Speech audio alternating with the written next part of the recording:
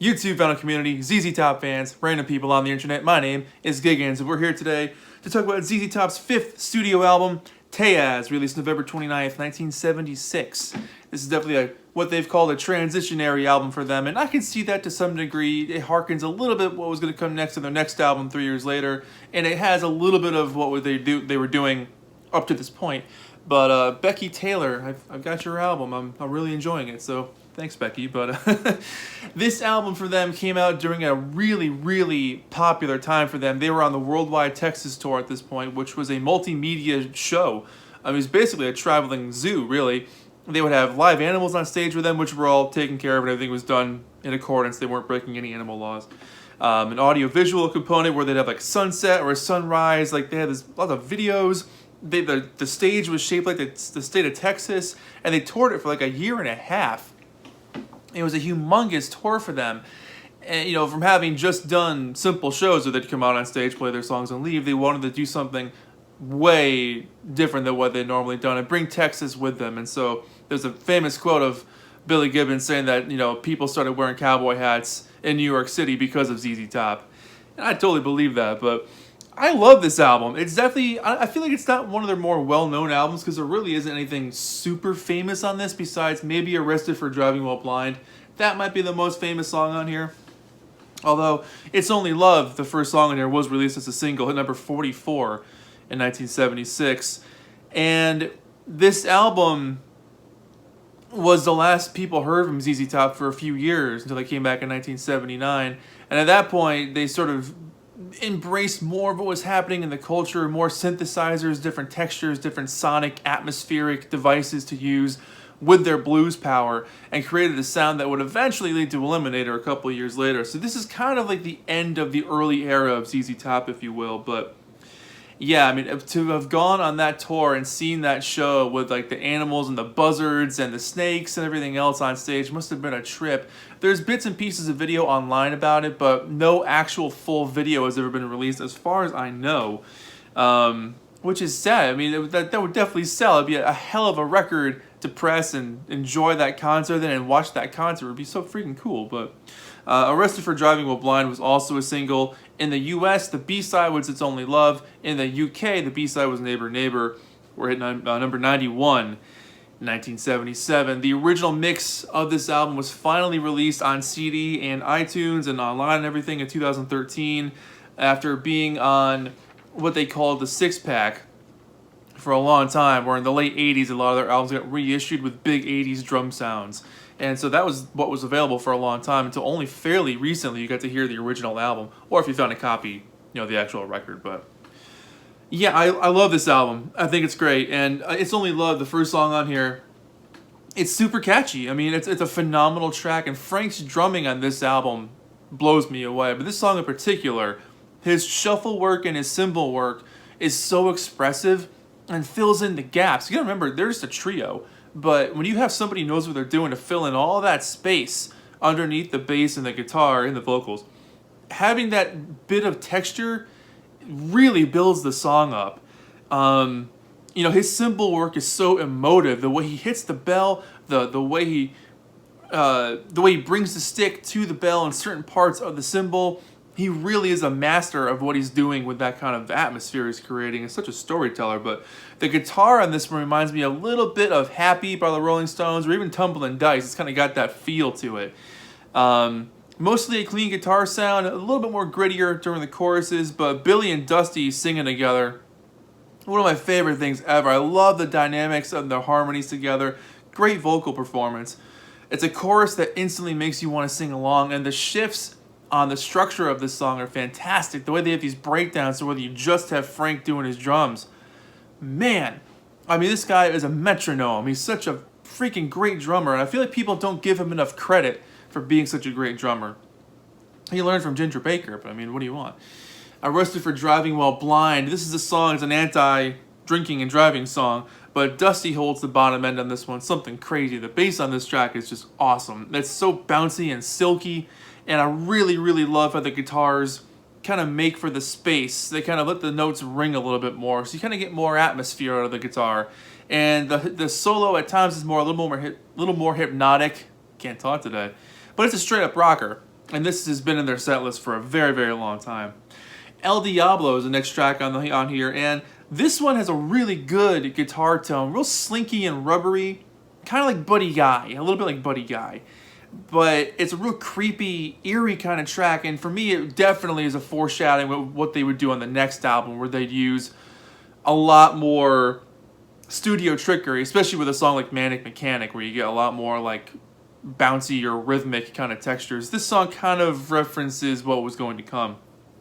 But a real slow jammer of a song, and again, Frank doing his shuffle on this stuff is fantastic. Really moody, just an eerie kind of track. Very, it's a song to seek out. If you play this album, make sure you hear El Diablo. Snappy Khaki, returning to more of that kind of like the harder edged, still a darker kind of song, but those say hey moments are very abrupt. And the song lets itself jam for a while with that riff, which I think is great. Enjoy and Get It On ends side one, and this one has very good blues country slide guitar on it. Frank and Dusty underneath all that guitar work holding it down while Billy does his thing on top, and his vocals are so punchy and soulful. It's a very cool song. The handful of rhythmic changes that happen throughout this track keep that thing going. It's anything but static on that track. Side 2 opens up with $10 Man, and we get Dusty doing a lead vocal on this one, and he just yells his ass off the whole time. The charging energy is so good, and that tenacious grasp on storytelling that he has in his vocal delivery is infectious. I really love the Jimmy Page-ish guitar solo on this one. It sounds like Jimmy Page, and that sort of dancey rhythm guitar, that really clean rhythm guitar underneath it all. Definitely a little bit more of a change. It was like harkens a bit of the old and a bit of the new at the same time, but a total groove of a song. Pan Am Highway Blues, Riff City on this one. Steady killer drums from Frank. Billy's got that radio-ready voice on this one. This could have been a single. I love Dusty harmonizing along with him. It's upbeat, crunchy, feel-good blues rock with a slightly dry production, and I really like that dry production. Kind of lets the song be a little bit more fine-tuned or articulate with its punch, but the slide work on this one is a bit warm, and it kind of instills a bit of a calming, nostalgic feel, but I really love how it just rocks throughout the whole song. And you got Avalon Hideaway. Really love the tension building on this one too. It's a bluesy jammer. Again, more excellent cymbal bell work from Frank. That really thumping bass and the shifting guitar tones. This for me is like a deep cut. If you're going to talk about like a really deep ZZ Top song, this is one I'd probably pick out. And She's a Heartbreaker. I love this song. This should have been a single. It's made for the radio. It's got that country-inspired sing-along chorus. And for me, when I hear it, it really makes me think Mick and Keith were listening to it and they wrote Faraway Eyes because of it. Because it's got that same sort of inspiration. Like I feel like I would have heard that song and written Faraway Eyes up on the Some Girls album. And the last track on here is Sleep in the Desert. This is another one I feel like you should really listen to if you've never heard this album before. This track is so impressive because it's not just in-your-face brutal blues rock. There's an acoustic guitar on it, number one, but they allow the song to just grow, and there's nothing super showy about it, but the whole thing is a bit hypnotic, and it really gives you that feeling of being under the stars on a cold desert night, trying to sleep and being unsure of what's around you, if there might be some reptiles or birds or something in the way that might interrupt your sleeping.